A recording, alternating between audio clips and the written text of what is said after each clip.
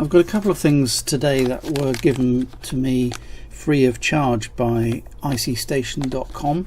So they're on a traffic light theme. So here we've got a couple of these LED traffic lights, which I'm going to look at in detail in a moment. If you've been watching my videos for a while, you might have seen back in January I made something like this out of a few scrap LEDs and connected it to the microbit. So we'll have a look at these, and maybe we'll connect these to the microbit as well. So we'll look at that. The other thing is this board here, which is quite interesting. It's got so you see, got a printed circuit board. It's got 3 555 timer chip ICs on it, and a 4011, I think, which is a quad NAND gate. And here you put all the LEDs down on the end of the board here, so it's like a junction, like a crossroads with traffic lights that you can build. So this one I'm going to build up another day, but I think this could be quite interesting because as far as I can see, there's no circuit diagram available for this. But what I'd like to do is build it up stage by stage and get the logic probe on it and actually figure out how this works and create a circuit diagram. So we'll look at that on a different day. So today we're going to look at these LED traffic lights. So if I take one of these out of the bag,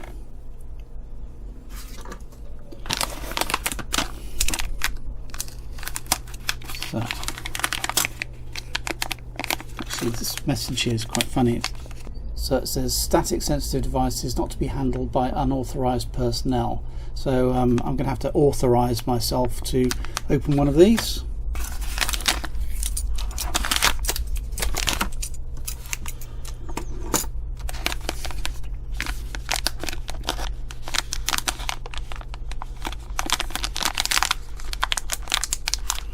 Oh, I actually haven't authorized that enough. Let's do that again.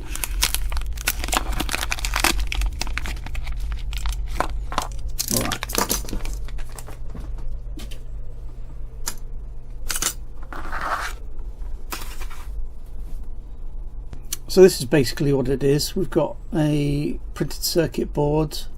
It's got these big 5mm LEDs.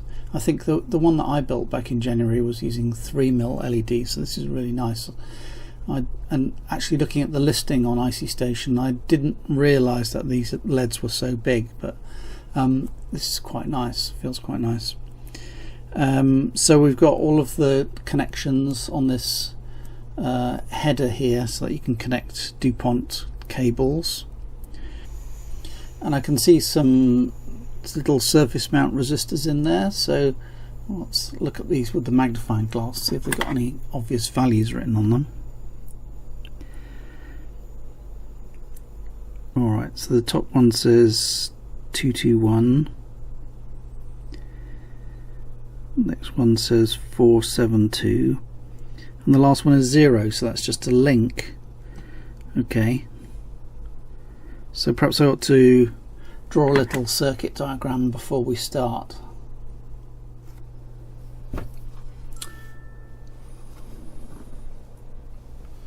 Well, here's what I've discovered.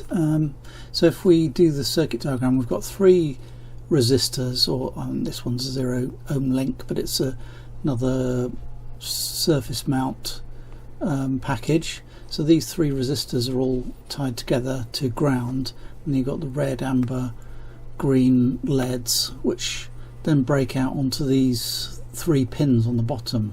So these values are a bit strange actually, because the one on the red, 220, that's a reasonable value of resistance for a current limiting resistor for a LED.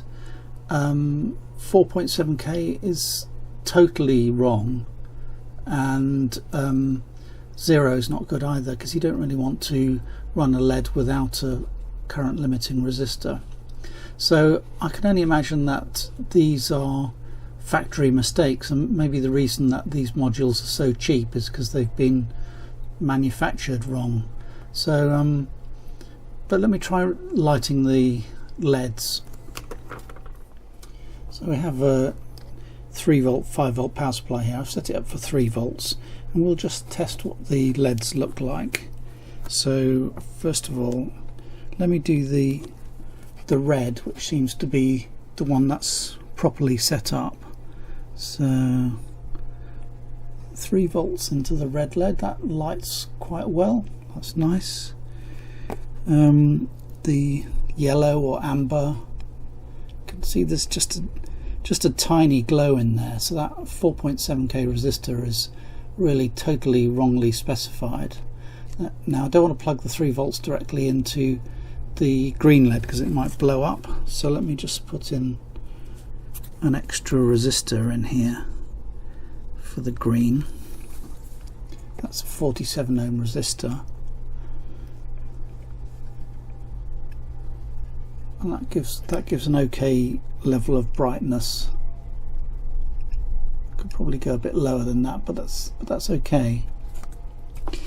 So basically I can't use this exactly as it is. What I'm going to have to do is either put a resistor in series with the ground here, so that there's some current limiting for all of them, or I'm going to have to change out this resistor here, this 0 ohm link here, and this one, the 4.7k, I can either take it out or put another resistor on top of it, so put it in a parallel configuration, because if I put a 220 across here, then that would effectively be the same resistance as the one above, which should work. In fact, I can test that, can't I?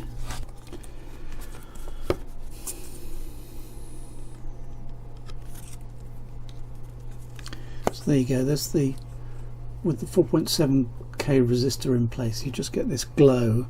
But if I put the 47 ohms in parallel across it, it's a little bit fiddly.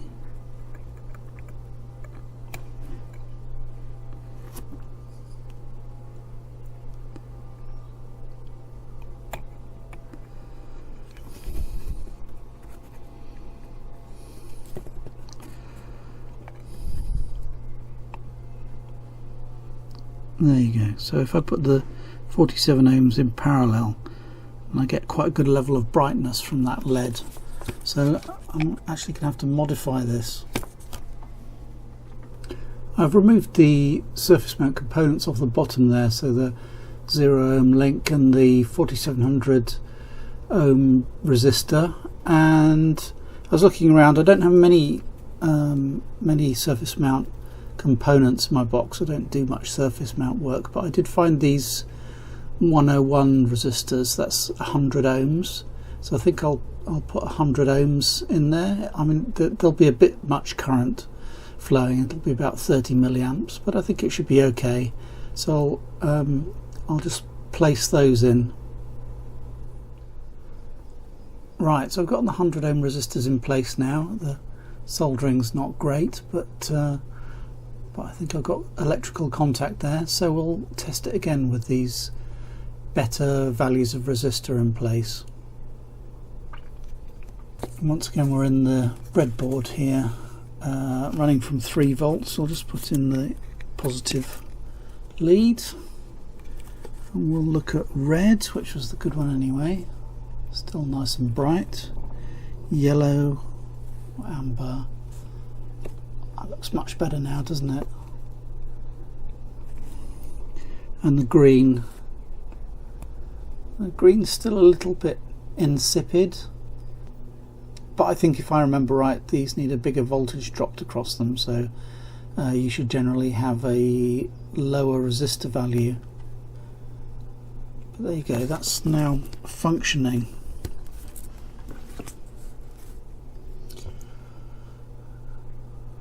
Okay, so what I could do now is connect it up to the microbit, because that code that I wrote back in January should work with this device as well.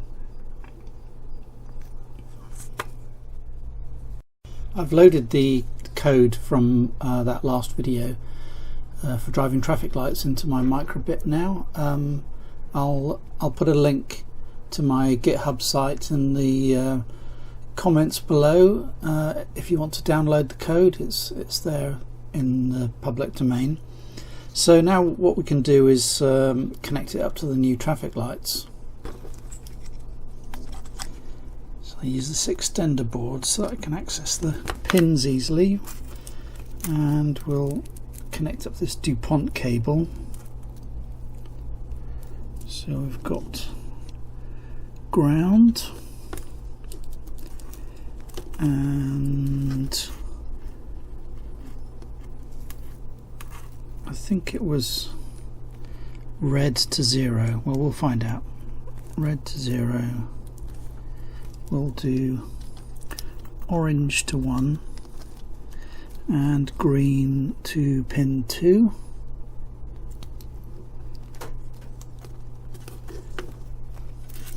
We'll connect up the traffic lights. So brown is ground, red to red,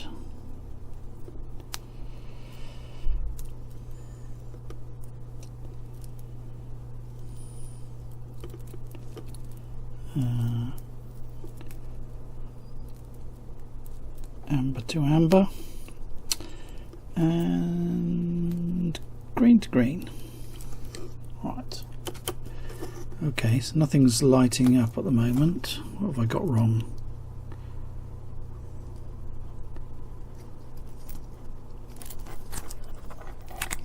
It's just the connector's not good. There we go.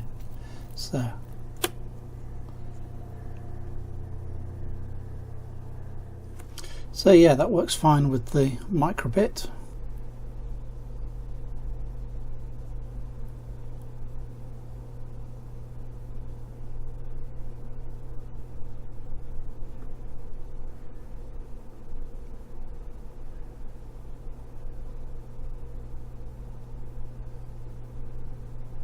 And you get quite pleasing brightness with these big LEDs.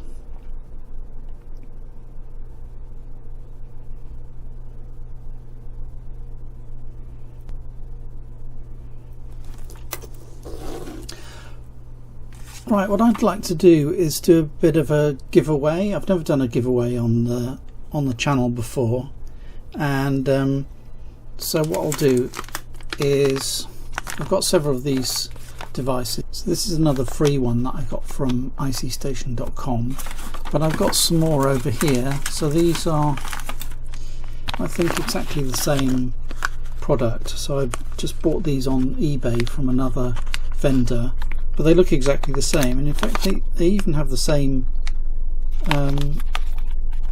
same product number. So I'm wondering if these actually all come from the same factory. They probably do. So I don't know if these also have that defect with the wrong resistors, but here we go. I'm going to give away these 4, and I might as well give away that one as well. So I'll give away 5 of these. So all you need to do to enter is give me a comment down in the comments below, and in a couple of weeks time I'll do a draw, and then the 5 people that come up in the draw will all get one of these units sent to them free, so you can experiment with them and modify them and whatever. So thanks very much for watching. Do comment below, and I'll see you in the next video, which will probably be the one with the other IC Station circuit board, the traffic light circuit board, which I'm going to build and reverse engineer. So thanks very much. See you next time.